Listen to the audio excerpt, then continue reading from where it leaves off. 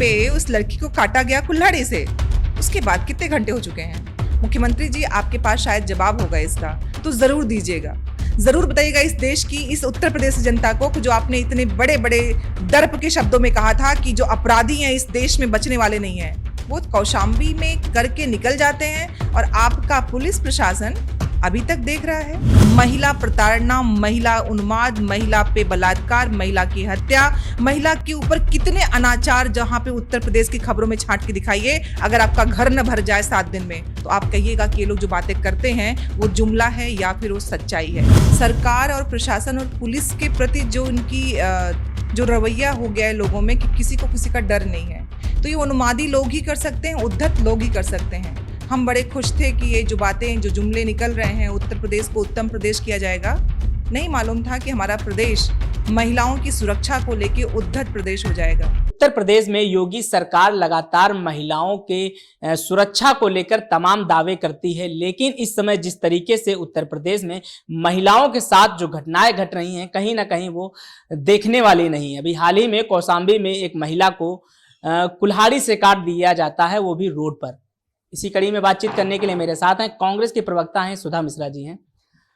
सुधा मिश्रा जी, जिस तरीके से उत्तर प्रदेश में इस समय महिलाओं को लेकर जो घटनाएं घट रही हैं तमाम तरीके की, वो सरकार बड़े बड़े दावे कर रही है, कांग्रेस इसको किस तरीके से देखती है? सबसे पहले उत्तर प्रदेश को उत्तम प्रदेश बनाने की बात करने वालों ने इस प्रदेश को उद्धत प्रदेश बना दिया है।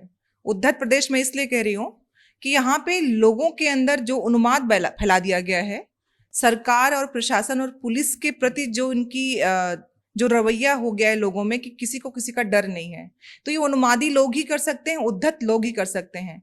हम बड़े खुश थे कि ये जो बातें, जो जुमले निकल रहे हैं, उत्तर प्रदेश को उत्तम प्रदेश किया जाएगा।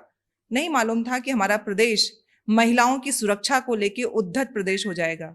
कौशाम्बी की घटना सबने देखी, सुनी, हृदय विदारक घटना को देख के हम कल परसों में भूल भी जाएंगे।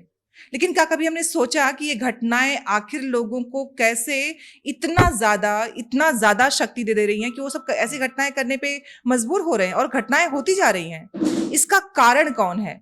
इसके कारण में कौन लोग हैं जिन्होंने इस उत्तर प्रदेश के लोगों को इतना उद्धत कर दिया है? प्रश्न खड़ा होता है इस सरकार की मानसिकता पर और इनके रवैये पर कि लोगों के अंदर से डर खत्म कैसे हुआ, पुलिस का डर खत्म कैसे हुआ। सरकार तो बड़े बड़े दावे कर रही है। अभी राजस्थान में मुख्यमंत्री जी गए थे जनसभा करने, वहां भी कहा उत्तर प्रदेश की ही कानून व्यवस्था को बताया कि उत्तर प्रदेश की कानून व्यवस्था एकदम ठीक ठाक है। मैं आपके सभी दर्शकों और जितने भी राजस्थान में आप ही की सरकार है, वहां पे तमाम इल्जाम भी लगे।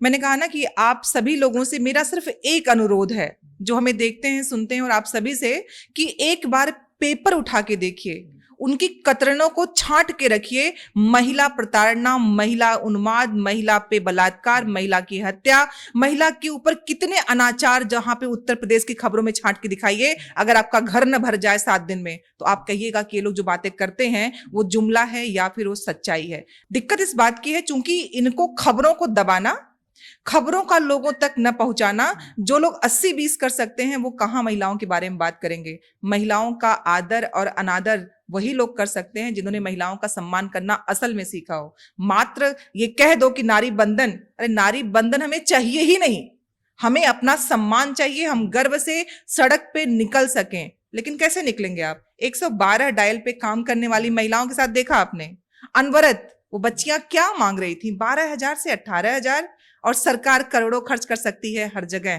पैसा बह सकता है पानी की तरह, फूलों में महक के गम उसको हम घुमा सकते हैं, लेकिन उन लड़कियों की सैलरी नहीं बढ़ सकती। क्यों? क्योंकि वो पुलिस प्रशासन के लिए 100 डायल को 112 डायल बनाया गया और वो हमसे पूछती हैं कि आपको क्या सहायता चाहिए। पहले उनकी सहायता हम नहीं कर पा रहे हैं, न प्रशासन कर पा रहा है, और बात आप बड़ी बड़ी करते हैं। सुधा मिश्रा जी, जिस तरीके से आप एक महिला हैं चूंकि, तो आपसे सवाल बनता है कि जिस तरीके से घटनाएं घटती चली जा रही हैं महिलाओं को लेके, और सरकार लगातार यही करती है, भाजपा लगातार यही कह रही है ना कि हम महिलाओं को आगे बढ़ा रहे हैं, अब तो पॉलिटिक्स में भी महिलाओं को आगे बढ़ाया जाएगा ताकि महिला ही महिला की बात को उठा सके आगे। देखिए, फिर आप एक झूठ की बात कर रहे हैं। अगर उन्हें महिलाओं को आगे बढ़ाना होता, महिला आरक्षण बिल आया इसीलिए तो महिला आरक्षण लागू कब होगा इसकी कोई बात नहीं है। अगर उन्हें सच में महिलाओं को आगे करना होता, उन्हें भागीदारी देनी होती, तो जितने सीटें थी अगर उतनी सीटों में हमारी हिस्सेदारी तय कर देते तो मैं मानती कि इन लोगों की मानसिक मनोदशा हमें आरक्षण देने की है, वो तो मात्र इस देश की महिलाओं को बरगलाने का प्रयास मात्र था।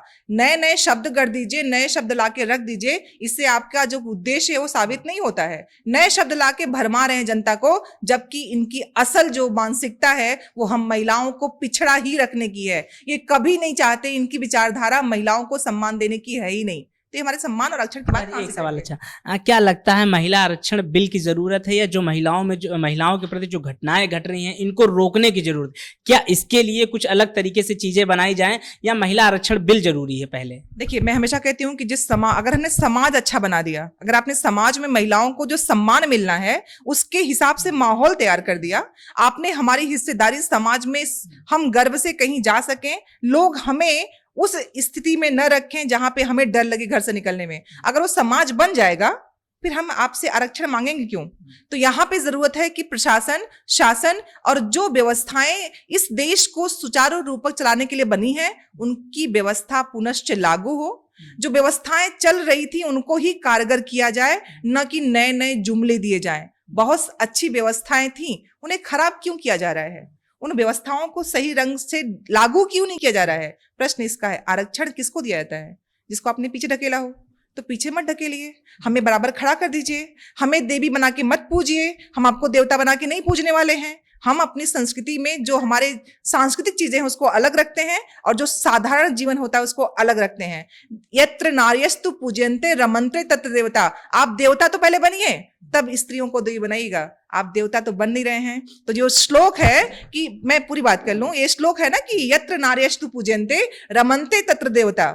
रमंत्र देवता है ना, तो बोले देवता वाले अपने अंदर मानसिकता पैदा करिए, तब देवी बनाइए। उसके पहले हमें स्त्री ही रहने दीजिए और हमारे अधिकार हमें मिलने दीजिए। एक आखिरी सवाल है, जिस तरीके से जो घटनाएं घट रहे हैं उत्तर प्रदेश में, सरकार तो तमाम तरीके की बात भी कर रही है और ये भी कहा है कि अगर महिलाओं के साथ कुछ भी होता तो आगे वाले चौराहे पे उसको मार दिया जाता, मतलब जो अगर कोई छेड़खानी नहीं करता। क्या लगता है कि अब इनको किस तरीके से रोका जाए कि ताकि महिलाओं के संग जो घटनाएं घट रही ये कम हो और उनको एक शक्ति, एक अलग तरीके से आत्मविश्वास बने महिलाओं के अंदर? मैं आदरणीय मुख्यमंत्री जी से पूछना चाहती हूँ कि इन्होंने कहा था कि जो घटना एक चौराहे पे हुई और नेक्स्ट चौराहे पे उसको पकड़ लिया जाएगा। कौशाम्बी वाले में क्या हुआ?